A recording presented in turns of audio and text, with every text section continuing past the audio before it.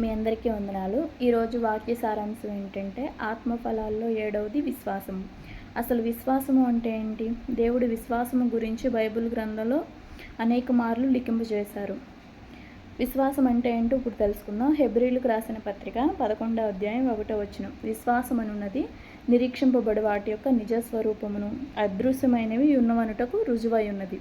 మనం ఏదైతే విశ్వసిస్తున్నామో, దేని గురించి అయితే మనం ప్రార్థిస్తున్నామో, నిరీక్షిస్తున్నామో అది దేవుడు మన పట్ల కార్యం చేస్తాడని మనం నమ్మగలిగితే దేవుడు మన పట్ల గొప్ప అద్భుత కార్యాలు, ఆశ్చర్యకార్యాలు జరిగిస్తారు. అలాగే యెషయా గ్రంథం 28వ అధ్యాయం 16వ వచనం. విశ్వసించువాడు కలవరపడడు. విశ్వాసం ఉంచుట చేత మనం కలవరపడవలసిన అవసరం లేదు.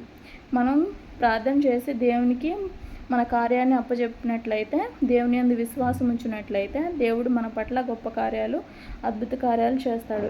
ఆవగంజంత విశ్వాసం ఉన్నా చాలని దేవుడు చెప్తున్నాడు. అలాగే నమ్ముట నీ వలనైతే నమ్మవానికి సమస్తమును సాధ్యమే అని చెప్తున్నాడు. సో మనం నమ్మాలి. దేవుని యందు విశ్వాసం ఉంచినట్లయితే దేవుడు మన పట్ల గొప్ప కార్యాలు చేస్తాడు. అలాగే ఒక ఉదాహరణ ఏంటంటే, శత్రుకో, మేషకో, అబేద్నెగోలు దేవుని యందు విశ్వాసం ఉంచుట చేత అగ్నిగుండంలో నుంచి దేవుడు వారిని రక్షిస్తాడు.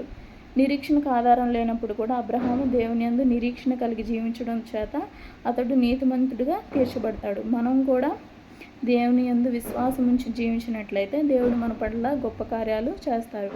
బైబిల్ గ్రంథంలో అనేక మార్లు దేవుడు నీ విశ్వాసం నిన్ను స్వస్థపరచబడింది అని చెప్తూ ఉంటారు. వారి విశ్వాసం చేత వారిని దేవుడు స్వస్థపరిచాడు.